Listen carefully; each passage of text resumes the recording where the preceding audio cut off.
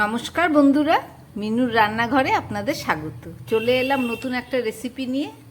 একটা বাটির মধ্যে আমি একটু জল বসিয়ে দিয়েছি গরম করার জন্যে। সেই জলের মধ্যে আমি এই 4 টুকরো মতো উচ্ছে একটু ভিজিয়ে রাখবো। এই উচ্ছেটাকে দিয়ে একটু নুন দিয়ে দিচ্ছি উচ্ছের মধ্যে, আর দিয়ে দিচ্ছি খুব সামান্য পরিমাণ হলুদ।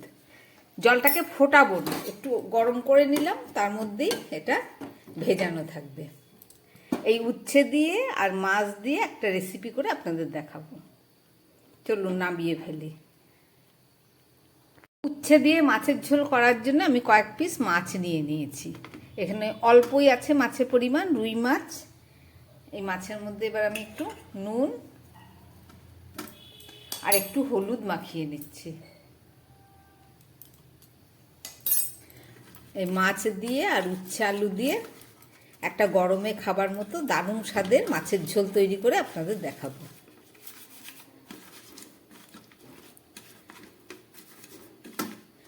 মাছে খুব ভালো করে নুন হলুদটা মেখে নিলাম। এবার চলুন রান্নাটা শুরু করি।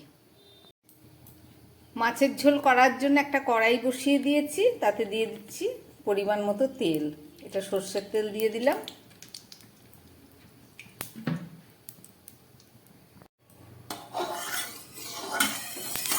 এই তেলের মধ্যে আমি মাছগুলোকে একটু ভেজে নিচ্ছি।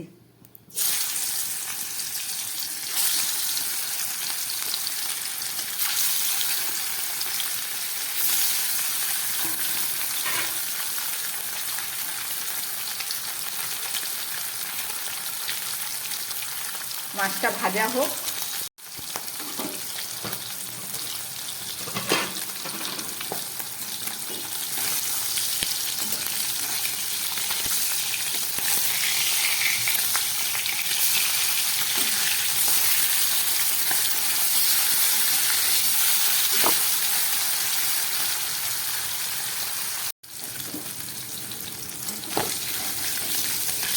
মাছগুলো একদম খুব ভালো করে ভেজে নিলাম, এবার তুলে ফেলছি।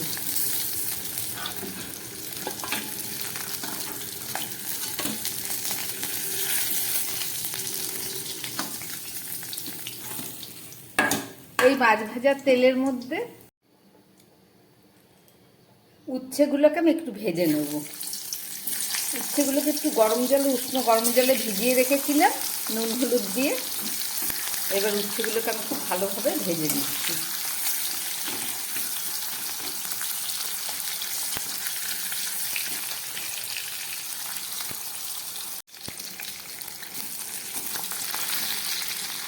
উচ্ছেগুলোকে একটু উল্টে দিচ্ছি, উল্টে পাল্টে ভালো করে একটু ভেজে নিচ্ছি।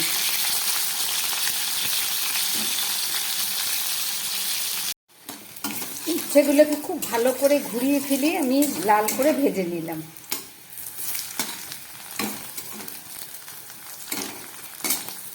একদম ভাজা হয়ে গেছে, আমি এবার তুলে ফেলছি।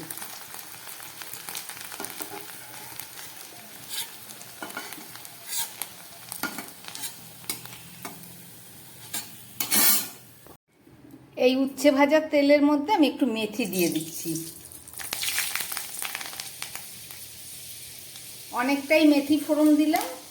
ঝোলের মধ্যে অনেকের মুখে পড়লে পছন্দ করে না, ওই জন্য আমি কিছুটা মেথি এবারে তুলে ফেলছি। তুলে একটা ছোট বাটির মধ্যে রেখে দেবো, রেখে একটু জল দিয়ে দেবো মেথিগুলোর মধ্যে। নামাবার আগে ওই জলটাকে আমি ব্যবহার করব। দেখুন মেথিগুলো আমি তুলে ফেলছি।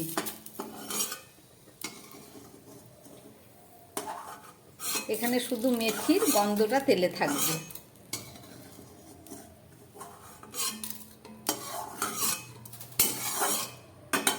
আর সামান্য 2-1 পিস আছে, এটা থাকলে অসুবিধা নেই। মেথিটা তোলার পরে আমি একটু সামান্য জল দিয়ে দিলাম। গরম অবস্থায় জল দিলে এর গন্ধটা খুব ভালো থাকবে। এবার এটাকে ঢাকা দিয়ে রেখে দিচ্ছি। এর মধ্যে আমি দিয়ে দিচ্ছি একটুখানি তেজপাতা আর কয়েক টুকরো আলু দিয়ে দিচ্ছি। মেথি ফোড়ন দিয়ে ওই তেলে আলুটাকে আমি খুব ভালো করে ভেজে নিচ্ছি।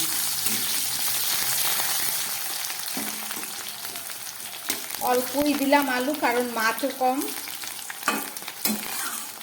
আলুটাকে খুব ভালো করে আমি এবার নুন হলুদ দিয়ে ভেজে নিচ্ছি। নুনের পরিমাণটা দিয়ে দিলাম।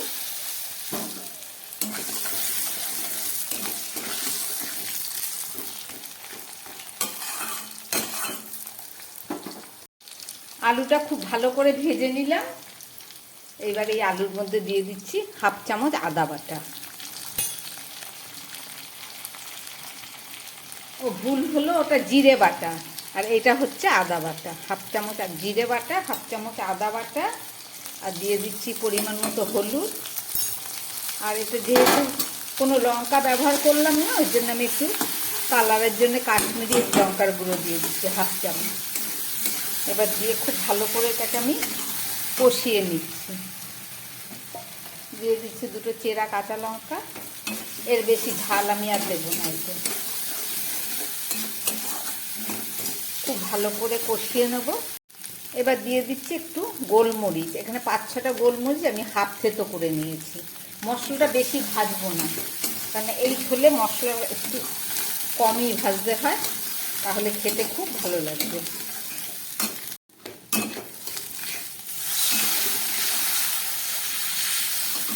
একটু জল বেশি দিলাম, আলুটা সিদ্ধ হবে। এবার ঝোলটা ফুটুক, তারপরে বাকি রান্নাটা করছি।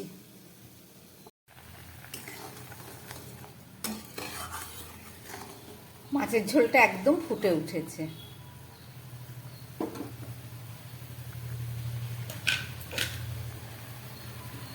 এবার আমি মাছগুলোকে এর মধ্যে দিয়ে দিচ্ছি।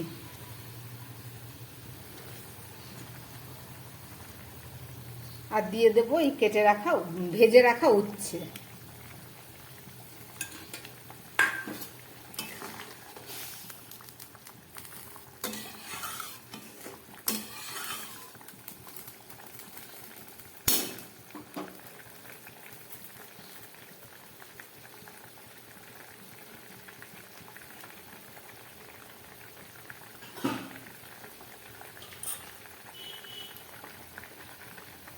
উচ্ছে, আলু আর মাছটা যাতে খুব ভালো করে সিদ্ধ হয়, তার জন্য আমি একটা ঢাকা দিয়ে দিলাম। গ্যাসটা একটু কম করে 3-4 মিনিট রান্না হোক, ফেরত এসে দেখাচ্ছি। প্রায় 4-5 মিনিট পরে ফেরত আসলাম। ঢাকাটা খুললাম।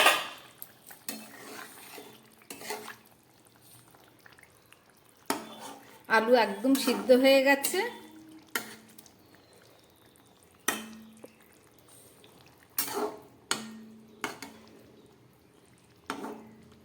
দেখুন, উচ্ছেও পুরো গলে গেছে। মাছের ঝোলটা আমার একদম রেডি হয়ে গেছে। চলুন আমি গ্যাসটা বন্ধ করে নামিয়ে নিচ্ছি।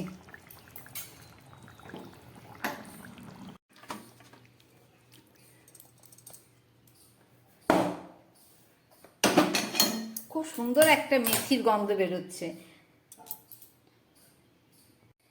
রান্না করলাম মেথি ফোড়ন দিয়ে মাছের ঝোল, উচ্ছে আর আলু দিয়ে। গরমে খেতে এটা স্বাদ দারুণ। এভাবে রান্না করে আপনারাও একদিন খাবেন। যদি ভালো লাগে তাহলে আমার চ্যানেলটাকে লাইক করবেন, সাবস্ক্রাইব করবেন। নমস্কার, সবাই সুস্থ থাকবেন, ভালো থাকবেন।